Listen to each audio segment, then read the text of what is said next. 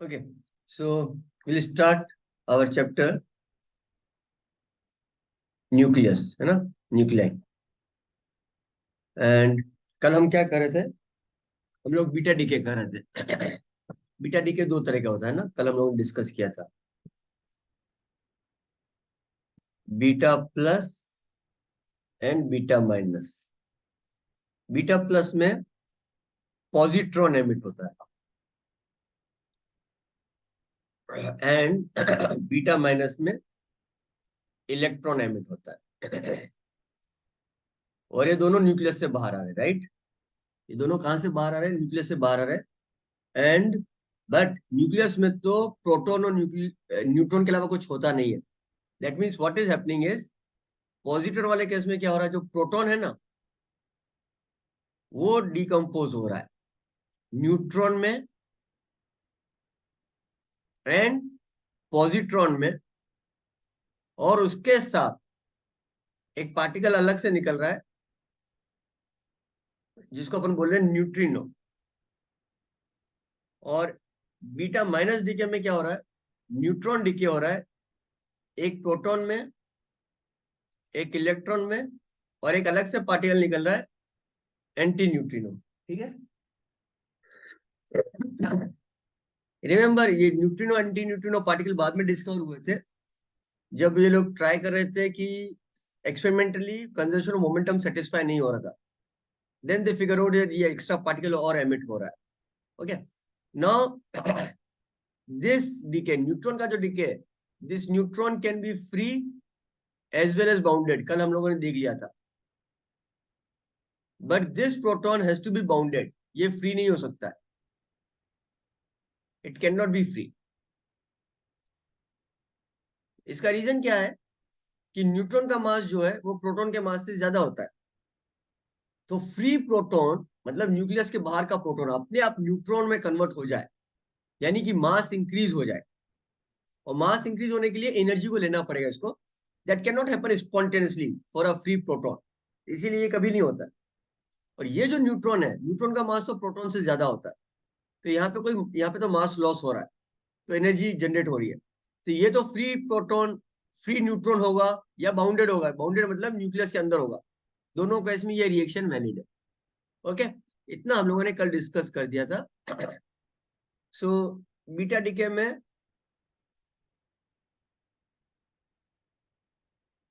Beta plus decay and beta minus decay. तो ये वाला एग्जांपल जो है ये बीटा माइनस डीके का, जिसमें इलेक्ट्रॉन बाहर आ रहा है।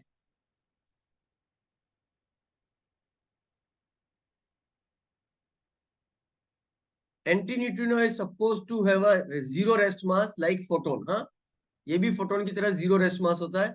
It is chargeless and is a quantum number plus minus half. ये क्वांटम नंबर स्पिन वाला क्वांटम नंबर है। ओके, तो एंटी न्यूट्रिनो जो निकल रहा है, this is rest mass is zero like photon, and it is chargeless, neutral particle है। Same thing applies for neutrino also.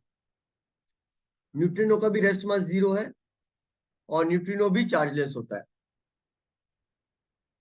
और जो इलेक्ट्रॉन निकल रहा है उसको बीटा पार्टिकल बोलते हैं, उसको बीटा माइनस से डिनोट करते हैं या इस सिंबल से डिनोट करते हैं।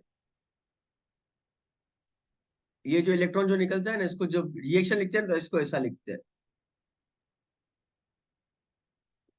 और इस पॉजिट्रॉन को ऐसा लिखते हैं। Okay, example of beta decay is जब फॉस्फोरस सल्फर में डीके हो रहा है।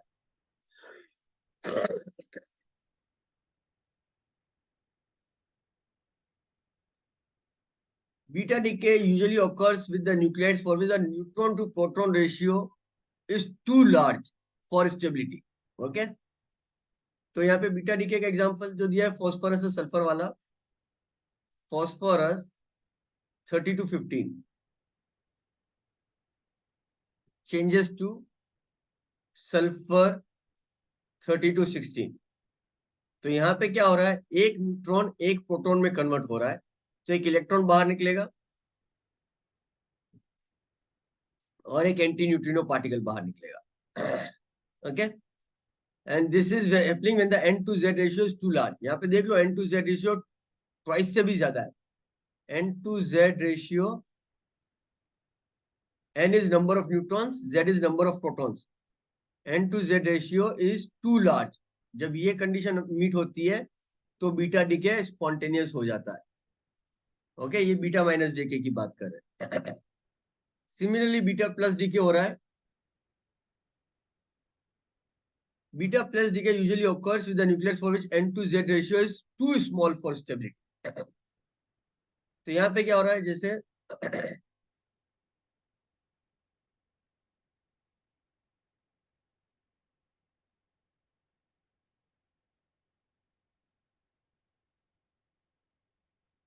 सोडियम है 2211 which is getting converted into neon 2210।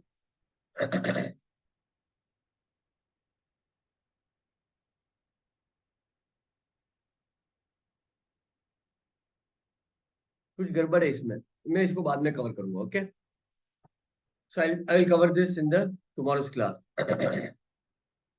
The reaction is having some problem. Okay, तो ये हो गया अपना कवर। अब अपन आ जाते हैं Q value for beta DK.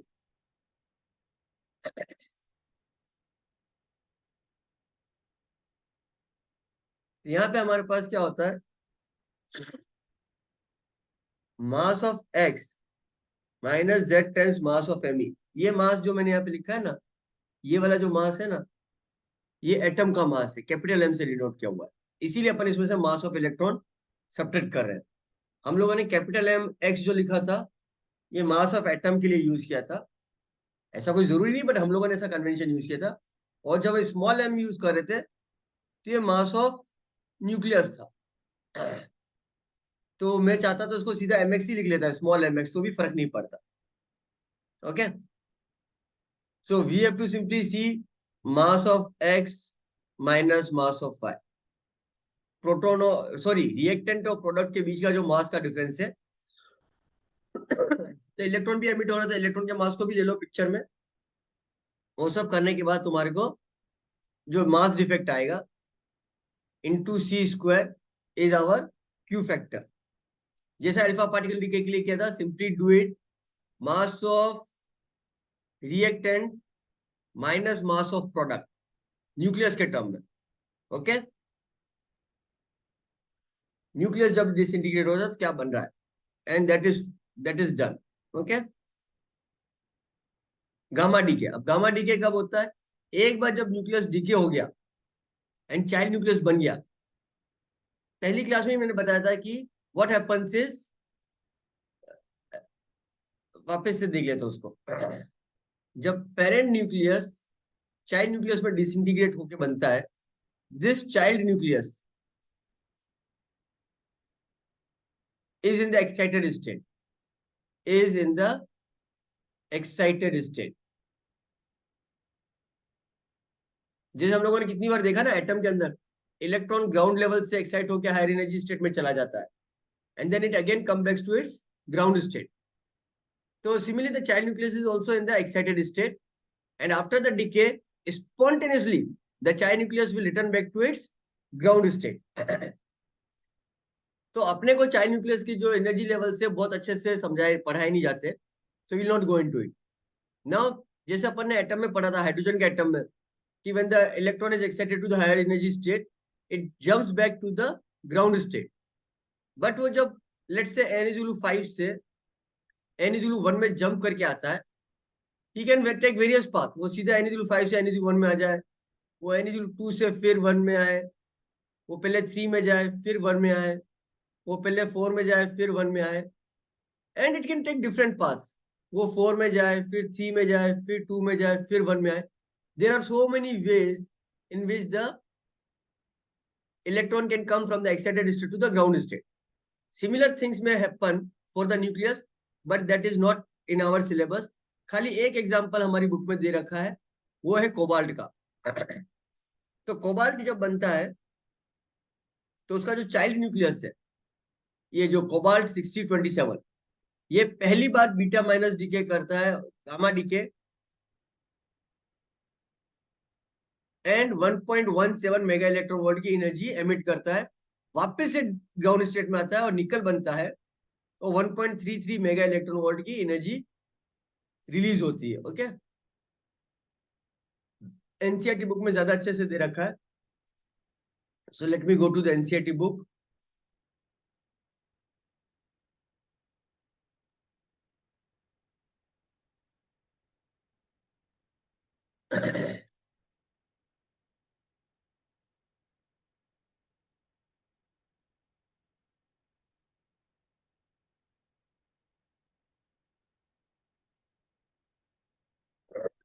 Cobalt का जो न्यूक्लियस है, this cobalt nucleus, when it goes beta minus decay, it's converted into nickel. Cobalt nucleus 6027 converts into nickel 6028. Beta minus decay है मतलब इलेक्ट्रॉन एमिट हो रहा है। ओके, बीटा माइनस डीके मतलब electron emit हो रहा है और एक एंटी न्यूट्रिनो पार्टिकल निकलेगा। No, this is beta minus decay. यहां से यहां तक का जो है, this is beta minus decay. Okay, तो ये कोबाल्ट से जो निकल बना है, कोबाल्ट से जो निकल बना है, ये एक्साइटेड स्टेट का न्यूक्लियस है। यहाँ पे जो एनर्जी रिलीज होती है, क्यू फैक्टर, जैसे mass defect into C square, which is in the form of kinetic energy. यहाँ की जो एनर्जी रिलीज हो रही है वो काइनेटिक एनर्जी के फॉर्म में। अब ये जो निकल आया, ये एक ट्रांजिशन करता है, गामा रेज निकलती है, फिर वापस से गामा रेज निकलती है और बीटा डीके। अब ये जो गामा रेज निकली, रेडिएशन डीके के बाद, इससे अब ये ग्राउंड स्टेट में आ गया। और यहाँ पे ये दो ही तरह का होता है, इसमें कोई रैंडमनेस नहीं है। And the energy is clearly mentioned, 1.17 mega electron volt and 1.33 mega electron volt. 1.17 mega electron volt and 1.33 mega electron. तो बीटा डीके के पास, बीटा रे के एमिशन के बाद या बीटा डीके के बाद गामा रेज निकलती है। ओके, सो ऐसा हर न्यूक्लियस के केस में होता होगा, हमारे को खाली ये वाला एग्जांपल दे रखा है। It clearly mentioned here. A well-known example of such a process is that of the cobalt. By beta emission, the cobalt nucleus transforms into nickel nucleus in its excited state. The excited nickel nucleus so formed then de-excites to its ground state by successive emission of 1.17 mega electron volt and 1.33 mega electron volt gamma rays. This process is depicted in the figure. Okay, and मैंने ये भी compare किया था कि see the energy emitted here. The energy is mega, mega मतलब 10⁶। और जब electron डीएक्साइट होता है हाइड्रोजन एटम में, मैक्सिमम एनर्जी कितनी मिलती है? 13.6 इलेक्ट्रॉन वोल्ट, जब इंफिनिटी से ग्राउंड स्टेट में आता है। राइट, तो यहाँ पे तो द एटम की जो एनर्जी है इलेक्ट्रॉन्स की, it is of the order of electron volt, and this is of the order of mega electron volt, that is 10⁶ times larger than this energy. इसीलिए न्यूक्लियर एनर्जी बहुत dangerous भी हो सकती है और बहुत एफिशिएंट भी हो सकती है। Both the ways, both the way, it goes both the ways, है ना। So this is the difference, order of the difference of the energy in the atom में। एटम लेवल पे इलेक्ट्रॉन की एनर्जी और न्यूक्लियस लेवल पे, nuclear level पे जब nucleus gamma rays emit करता है, that energy. Okay, so this is done, and this finishes nearly our chapter of nucleus for the from the NCERT point of view। क्योंकि I think इस बार radio activity जो है वो syllabus में से हटा दिया है। अजीजा, ये रेडियो एक्टिविटी सिलेबस में से हटा दिया ना तुम लोगों के इस बार? हाँ सर। तो तुम्हारे स्कूल में नहीं पढ़ाया तुम लोगों को ना, बिल्कुल भी? अहकाम नहीं सर। तुम्हारे स्कूल में पढ़ाया है क्या? हेलो,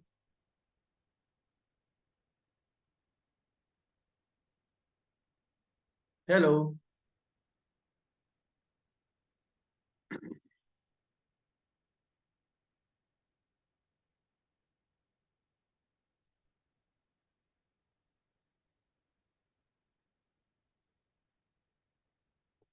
ना लॉ ऑफ रेडियोएक्टिव डिके, ये जो डिके हो रहा है, अल्फा पार्टिकल्स जो निकल रहे हैं या बीटा पार्टिकल जो निकल रहे हैं, तो that is one part of it. कि क्या हो रहा है, अल्फा पार्टिकल निकल रहे हैं, बीटा पार्टिकल निकल रहे हैं, पेरेंट न्यूक्लियस क्या है, चाइल्ड न्यूक्लियस क्या है, that is very specific to a particular reaction. ठीक है ना, किसी भी रिएक्शन के लिए स्पेसिफिक है। जैसे यूरेनियम अगर डीके हो रहा है, यूरेनियम से थोरियम डीके हो रहा है, तो अल्फा पार्टिकल डीके है। लेकिन फॉस्फोरस का सल्फर में हो रहा है या सोडियम का नियोन में हो रहा है, then that is beta particle decay. These both decay are specific. Now all the decay, चाहे वो अल्फा पार्टिकल डीके हो चाहे वो बीटा पार्टिकल डीके हो, they follow the law of radioactive decay. वो उनका लॉ क्या है रेडियोएक्टिव डीके का? Law of radioactive decay. If the decay is instantaneous, then the number of nucleus which will decay in a unit time, delta n मतलब number of nucleus which will decay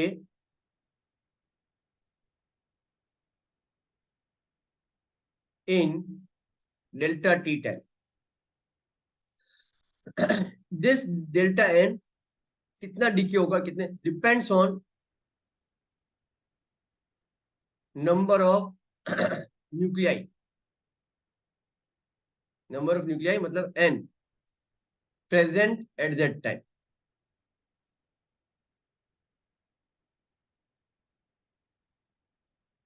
ठीक है, n जितने ज्यादा होगा, n number of nuclei जितने ज्यादा होंगे, delta n भी उतना ज्यादा होगा। Okay, so delta n by delta t, number of nuclei decaying per unit time, is directly proportional to n. और delta n by delta t is equal to lambda n. Remember here delta n is what? Delta n is a positive number. Delta n is a positive number. क्यों? Because it is, I am talking about how many nuclei will disintegrate in delta t time. वो तो positive होगा। But if I right it differential equation, अगर हम इसको ऐसा लिख लें, dn by dt कर दें, dn by dt is equal to minus lambda। अब ये माइनस साइन क्यों आ गया? Because dn by dt what does it denotes? It denotes change in n with respect to t। dn by dt क्या denote करता है? Change in n with respect to time. कि delta T time में number of nuclei कितने change हो रहे हैं। So now N क्या हो रहा है? अगर न्यूक्लियस डिसइंटीग्रेट होता है, एन क्या हो रहा है? N is decreasing, N is decreasing. And dn by dt किसको डिनोट करता है? Rate of change of n। So if n is decreasing that means dn by dt is negative, इसीलिए हमें माइनस साइन आ गया, और कुछ नहीं है। तो you have to understand what is delta n and what is dn by dt। Delta n by delta t is denoting how many nucleus have disintegrated, right? तो वो तो नंबर बता रहा है कि कितने न्यूक्लियस डिसइंटीग्रेट हो रहा है। और dn by dt क्या बता रहा है? What is the change of n। तो चेंज ऑफ n मतलब change is always final minus initial. Change is always, remember, change is always final minus initial. That is n final minus n initial. तो अब disintegrate तो n final तो हमेशा n initial से कम होगा। अगर disintegrate हो रहे न्यूक्लियस, तो फाइनल न्यूक्लियस जो है डेल्टा टी टाइम के बाद जो बचेंगे वो तो इनिशियल से कम होंगे। तो dn by dt क्या हो जाएगा? नेगेटिव हो जाएगा। Understand the difference? So the law of radioactive decay says dn by dt is equal to minus lambda n। उतार लो उसको, फिर अगले पेज पे चलते हैं।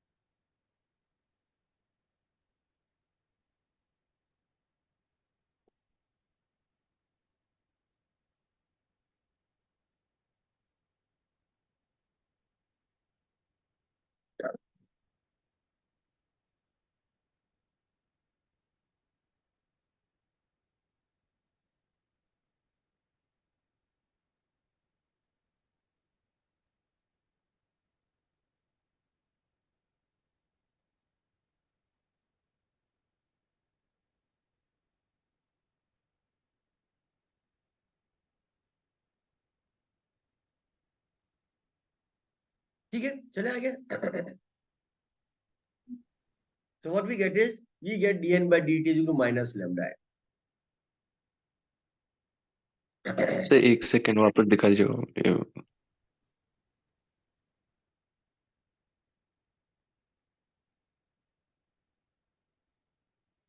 हाँ ओके ठीक है।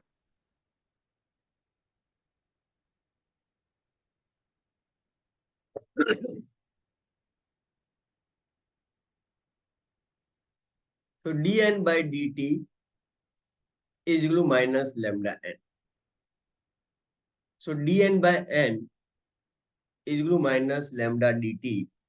अगर मैं इसको इंटीग्रेट करता हूं, starting from the initial nucleus n to final nucleus n, from t to 0 to time t to t, then what we get is we get n is equal to n naught e to power minus lambda t. याद रख लो इस result को। तो अगर तुम्हारे पास t 0 पे number of nucleus n not थे, तो t 0 t पे तुम्हारे पास न्यूक्लियस बचेंगे n, and this n is given by this relationship n is equal to n naught e to power minus lambda t. इसको याद करो।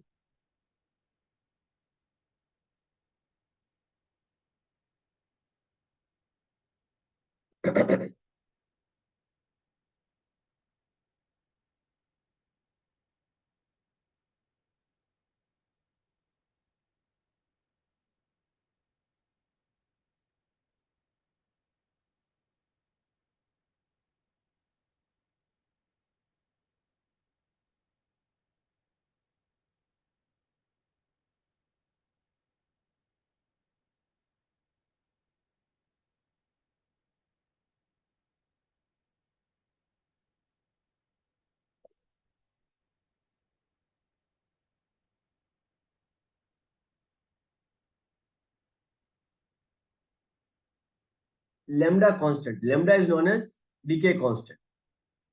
lambda को क्या बोलते हैं?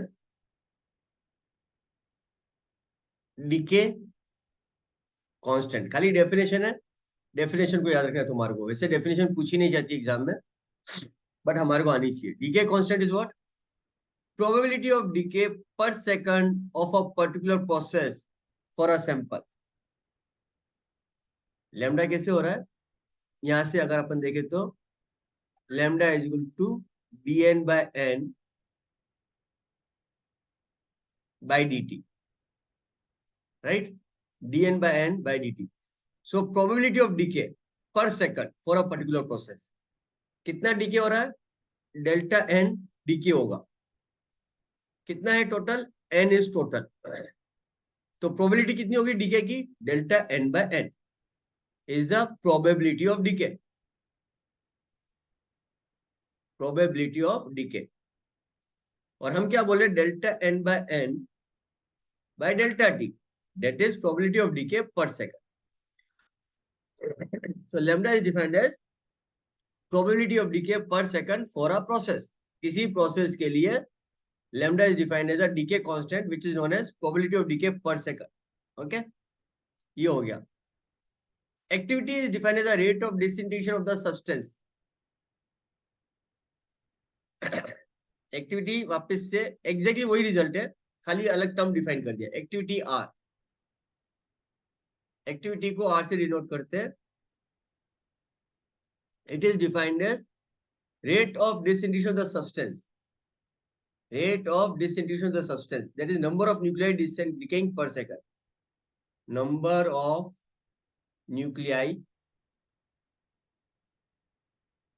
disintegrating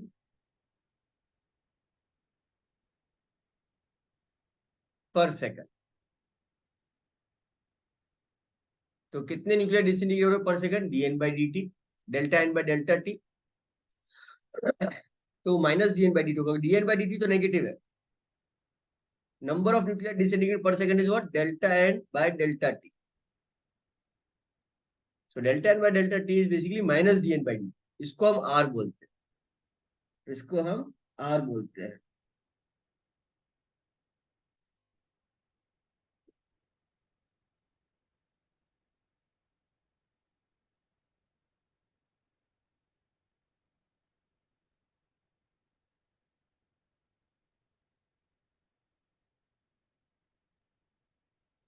Okay, so R is what? N is what? And not e to a minus lambda t. So dn by dt क्या हो जाएगा? Minus lambda N naught e to a minus lambda t. So R क्या है? R is minus dn by dt, which is lambda and not e to a minus lambda t.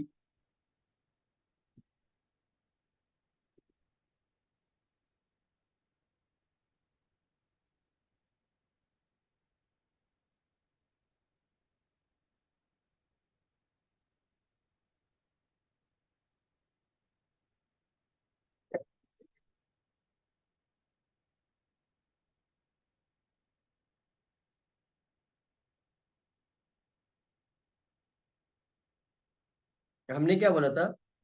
हमारी equation है dn by dt is equal to minus lambda n. यही तो define है.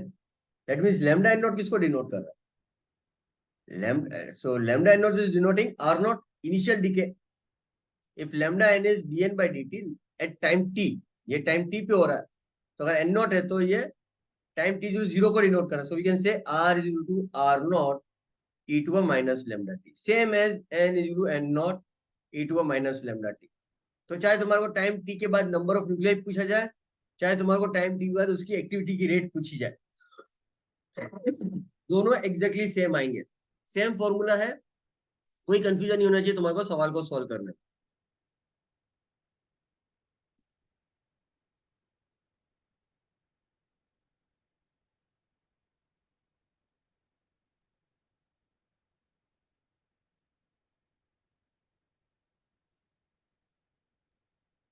Clear है?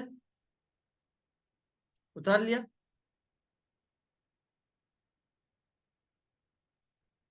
हाँ sir.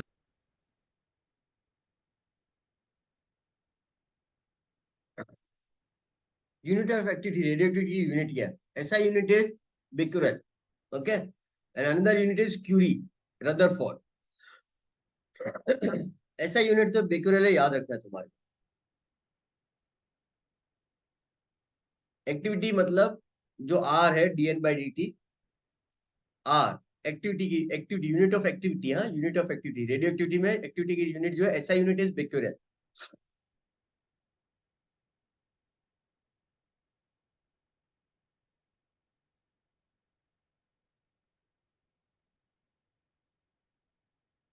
denoted by BQ.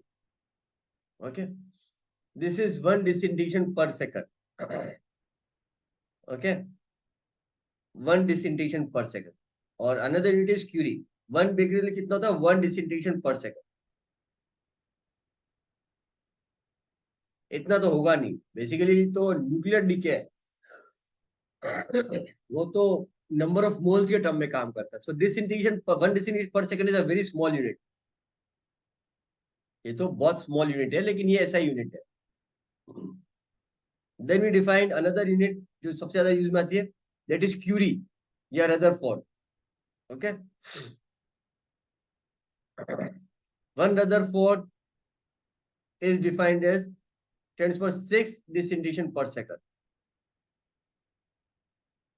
One Rutherford is defined as 10^6 disintegration per second, and one Curie, ये तो है रदरफोर्ड.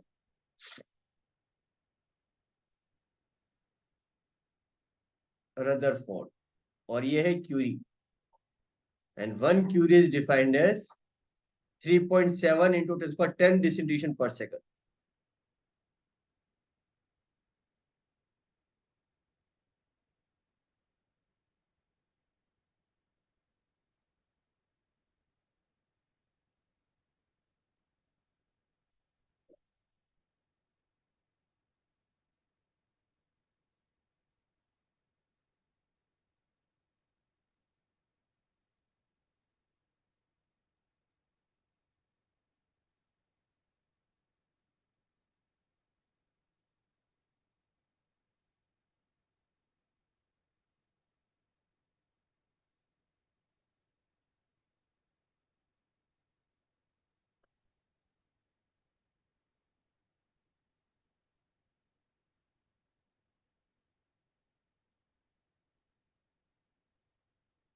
क्लियर है?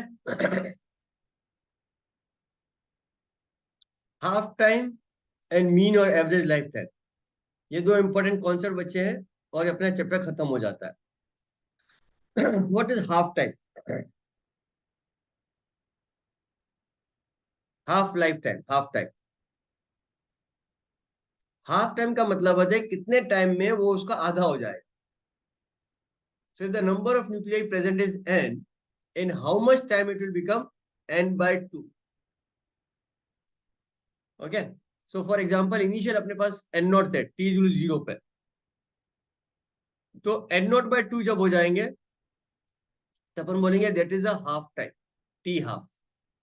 So put in this equation, n is equal to n naught e to the minus lambda t. So n naught by 2 is equal to n naught e to the minus lambda t half. अब ये time कितना है? t half. So half is equal to e to the minus lambda t half. अगर दोनों तरफ log ले लेंगे तो what we get is lambda times t half is ln of 2. So that is the relationship between lambda and t half. And ln of 2 की जो value होती है वो होती है 0.693, याद रख लो। log of 2, ln of 2 to the मतलब log of 2 to the base e. ln of 2 मतलब क्या होता है? नेचुरल बेस e, या you can say it log of 2 to the base e चाहो तो। ln लिखने का मतलब ही बेस e होता है। So t half is 0.693 divided by lambda.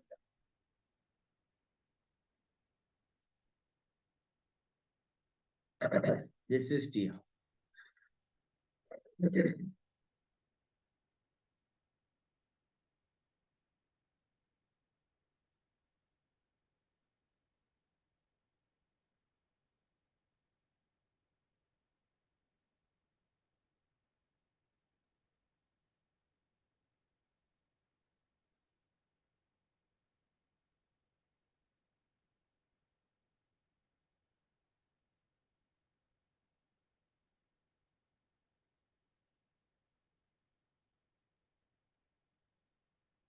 Okay. उसी तरह से मीन लाइफ टाइम डिफाइन किया जाता है। एक last topic, mean life time. Mean life of radiative sequence is defined as the average of the lives of all the nucleus. Mean life किसको define करते हैं? Average of life of all the nucleus.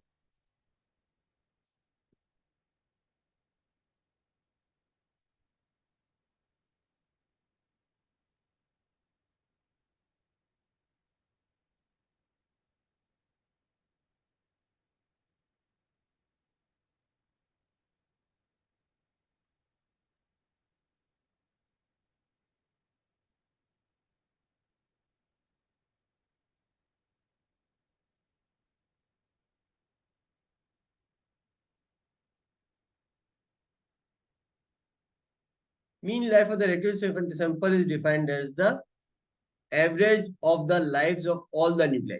मतलब कोई Nucleya 1 minute जिंदा रहा, कोई 2 minute जिंदा रहा, कोई 3 मिनट जिंदा रहा, तो उन सब की लाइफ को ऐड करके उसका जब एवरेज निकाल देंगे,